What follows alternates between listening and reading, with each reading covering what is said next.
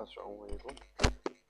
उम्मीद है कि आप सब खैरियत से होंगे। तो आज हम स्टार्ट करने जा रहे हैं हमारे lecture, that is level of biological organisation. मतलब एक जो हमारी ऑर्गेनाइजेशन है उसके क्या लेवल्स हैं, बायोलॉजी में उसके क्या लेवल्स हैं, तो हम वो स्टडी करेंगे। तो हमारी जो एक बॉडी है इसमें हंड्रेड्स ऑफ केमिकल रिएक्शन हमारे पास at the same time took place हो रहे होते हैं, तो ताकि लाइफ को, एक ऑर्गेनिज्म की लाइफ को मेंटेन किया जा सके। तो उनमें हमारे पास जो 92 नेचुरली अकरिंग केमिकल एलिमेंट्स हैं, उनमें से भी 16 कॉमनली यूज हमारे पास एलिमेंट्स हैं जो कि हमारी एक लिविंग ऑर्गेनिज्म की बॉडी को बनाने में अपना रोल प्ले कर रहे होते हैं।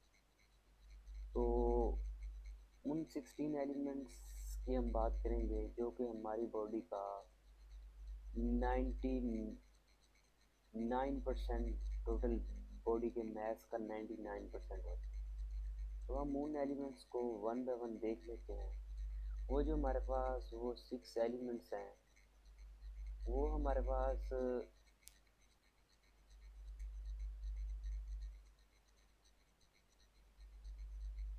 उनमें हमारे पास हैं जो हमारी बॉडी का 95% बनाते हैं। उनमें ऑक्सीजन,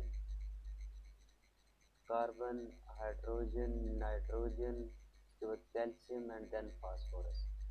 दीज 6 एलिमेंट्स हैं हमारे पास हमारी बॉडी का 99% मास बनाते हैं। ऑक्सीजन 65% होता है, कार्बन 18% होता है, देन हमारे पास हाइड्रोजन है, ये 10% होता है, नाइट्रोजन 3%, कैल्शियम 2% और फास्फोरस 1%। तो ये हमारे पास ऐसे 6 एलिमेंट्स हैं जो कि हमारी बॉडी का 99% बॉडी मास बनाते हैं। बाकी जो हमारा 1%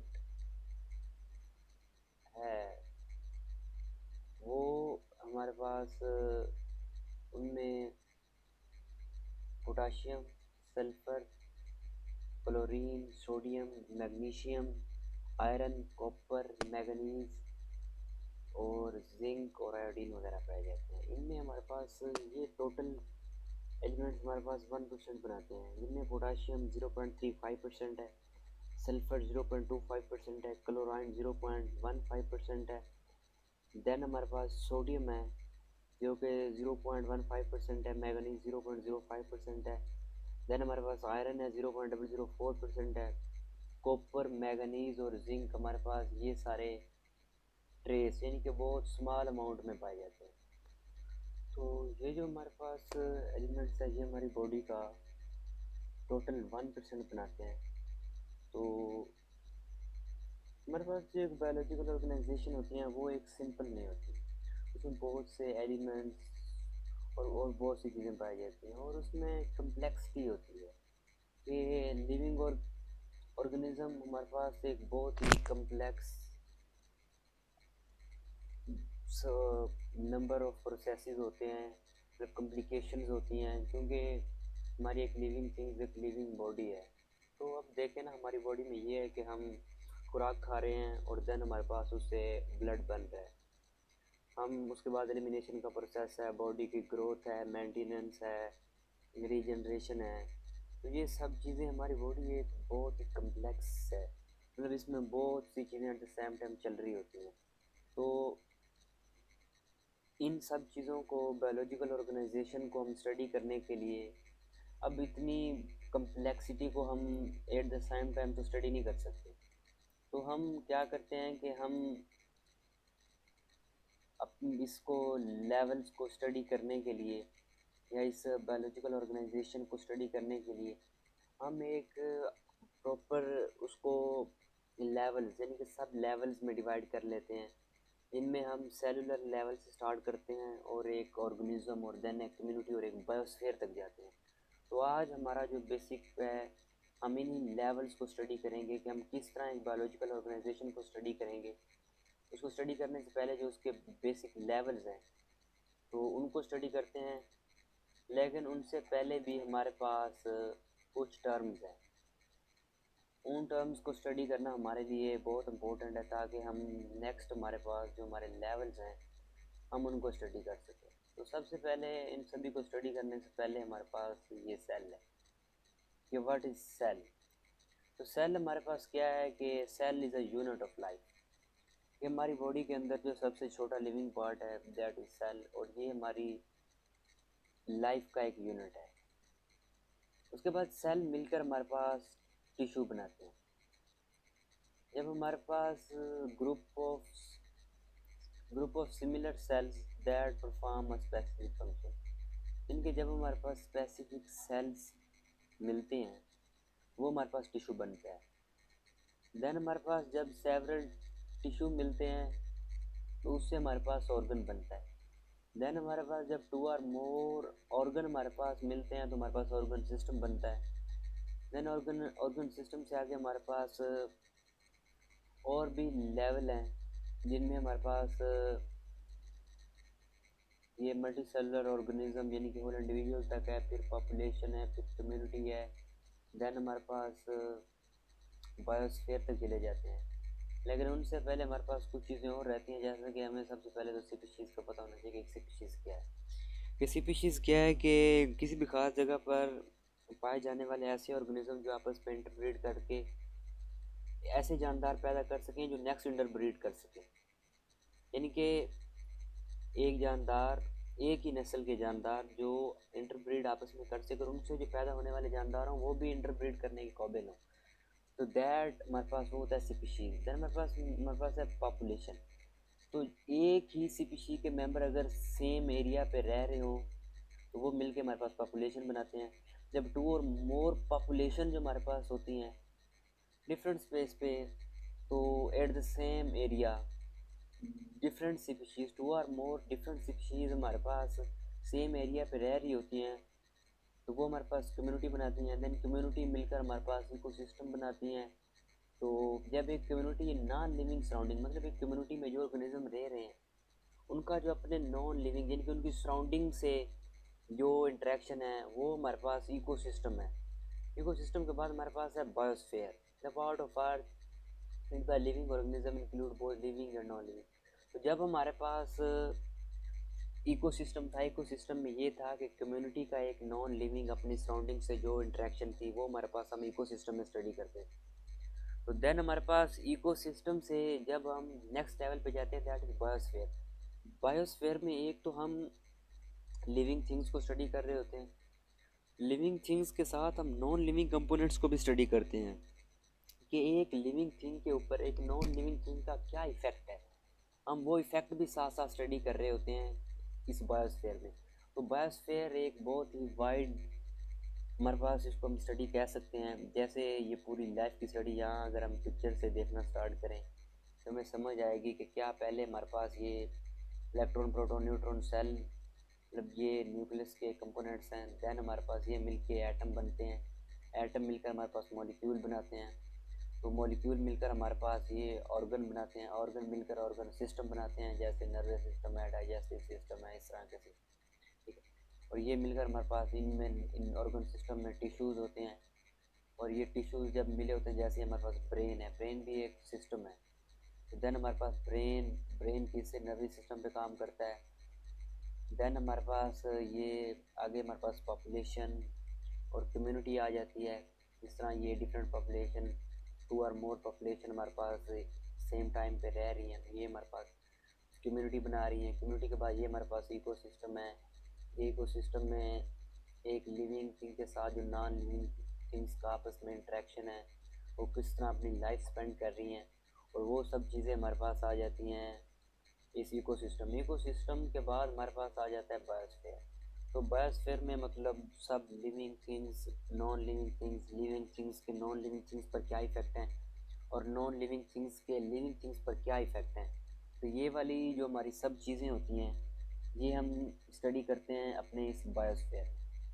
तो ये बायोस्फीयर हमारे पास सबसे एंड वाली चीज़ है जो हम बायोलॉजी में स्टडी करते हैं। हम सेल से शुरू होते हैं, सेल मिलकर फिर हमारे पास टिश्यू, टिश्यू मिलकर ऑर्गन, ऑर्गन मिलकर ऑर्गन सिस्टम। देन हमारे पास ऑर्गन सिस्टम के बाद फिर हम आगे स्पीशीज़ को देखते हैं। पॉपुलेशन को देखते हैं और कम्युनिटी। देन हमारे पास ये सब चीज़ें हमने देख ली। नेक्स्ट अब हमारा जो मेन टॉपिक है लेवल्स ऑफ ऑर्गेनाइजेशन, तो हम उनको स्टडी करते हैं। सबसे पहला हमारे पास है atomic and sub atomic level. तो ये क्या है कि यार living and non living matter is form of simple unit called atoms and sub atomic particles such as electron proton. इनकी एक एटम है। एटॉमिक लेवल पे हम अपने एटम्स और उनके अंदर जो पार्टिकल पाए जाते हैं, इलेक्ट्रॉन, प्रोटॉन, न्यूट्रॉन और एंटी न्यूट्रॉन, न्यूट्रिनो, ये वाली चीज़ें, ये सब चीज़ें हम स्टडी कर रहे होते हैं इस एटॉमिक और सब एटॉमिक लेवल। तो ये हमारा सबसे पहला लेवल है एटॉमिक और सब एटॉमिक लेवल। देन हमारे पास जब हम एटम्स, हमारे पास हम जानते हैं कि एटम्स मिलते हैं तो हमारे पास मॉलिक्यूल्स बनते हैं। तो मॉलिक्यूल्स क्या है कि जब हमारे पास inorganic element usually do not occur in isolated form, के जो भी हमारे पास एलिमेंट्स हैं वो अकेले तो रह नहीं सकते। तो वो क्योंकि उन्होंने अपनी बैलेंसी को पूरा करना होता है, खुद को स्टेबल करना होता है, तो वो क्या करते हैं, कंबाइन टू ईच अदर, वो एक दूसरे के साथ मिलते हैं, कोवलेंट बॉन्डिंग बनाते हैं। कोवलेंट बॉन्ड में हमारे पास दो या दो से एटम्स सेम टाइप के या डिफरेंट टाइप के शेयरिंग से, म्यूचुअल शेयरिंग से हमारे पास जो बॉन्ड बनता है ये वो होता है। तो इसमें हमारे पास मॉलिक्यूल बनाते हैं, जैसे हमारे पास हाइड्रोजन है, कार्बन है, ऑक्सीजन है, नाइट्रोजन है, फास्फोरस है। तो ये मोस्ट एटम्स हैं जो कि हमारे बायोलॉजिकल मॉलिक्यूल्स में पाए जाते हैं। ये हमने थोड़ी देर पहले भी अपने स्टडी किया कि हमारे पास यही 6-7 एलिमेंट्स हैं जो हमारी बॉडी का 99% मैस बना रहे होते हैं।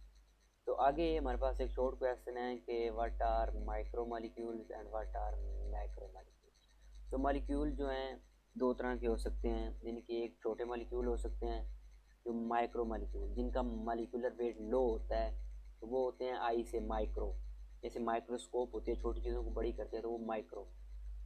इनमें क्या आ जा सकते हैं जिनका लो मॉलिक्यूलर वेट होता है, तो इनमें क्या आ जा सकते हैं, जैसे वाटर है और CO2 कार्बन डाइऑक्साइड है। देन हमारे पास है मैक्रो मॉलिक्यूल्स, यानी कि ऐसे मॉलिक्यूल जो बहुत बड़े, जिनका मॉलिक्यूलर वेट, उनके मॉलिक्यूल्स का वेट जो होता है वो बहुत ज़्यादा होता है, तो वो हमारे पास आ जाते हैं मैक्रो मॉलिक्यूल। जिनमें क्या आ जाता है, स्टार्च आ जाता है और प्रोटीन आ जाता है। हमारी बॉडी में मैक्सिमम जो हमारी बॉडी है वो प्रोटीन पर मुश्तमिल होती है। तो ये ऐसे मॉलिक्यूल हैं जो हमारी बॉडी में बहुत ज़्यादा अमाउंट में पाए जाते हैं, तो इसलिए ये मॉलिक्यूल्स हैं हमारे पास मैक्रो मॉलिक्यूल। तो ये तो थे मैक्रो माइक्रो मॉलिक्यूल। फिर आगे हमारे पास दो और तरह के मॉलिक्यूल भी हो सकते हैं, ऑर्गेनिक और इनऑर्गेनिक।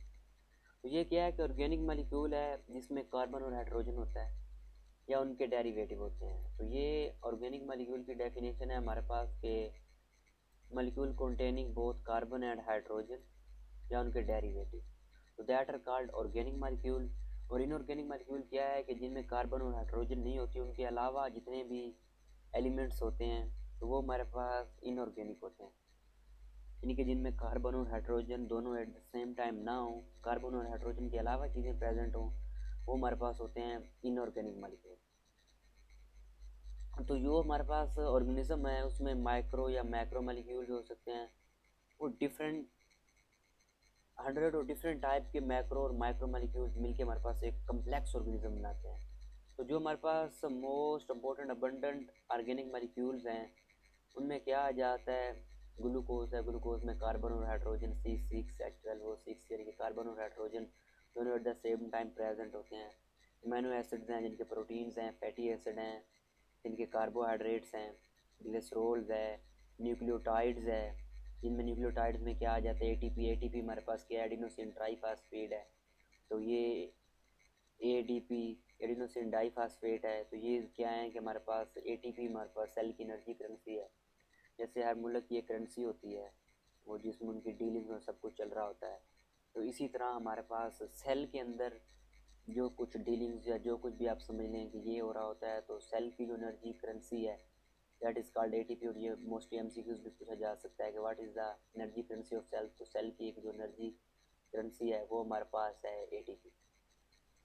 तो यहाँ तक आज हमने स्टडी किया, तो नेक्स्ट इंशाल्लाह हम अपने लेक्चर में हमारे पास ये ऑर्गन और सेल लेवल से स्टार्ट करेंगे, हमारे पास किस तरह मॉलिक्यूल मिलकर ऑर्गन और सेल्स और ऑर्गन सिस्टम बनाते हैं। तो आज के लिए इतना ही। थैंक्स फॉर वाचिंग, और अगर वीडियो अच्छी लगे तो वीडियो को लाइक और चैनल को सब्सक्राइब कीजिएगा। थैंक्स, अल्लाह हाफिज़।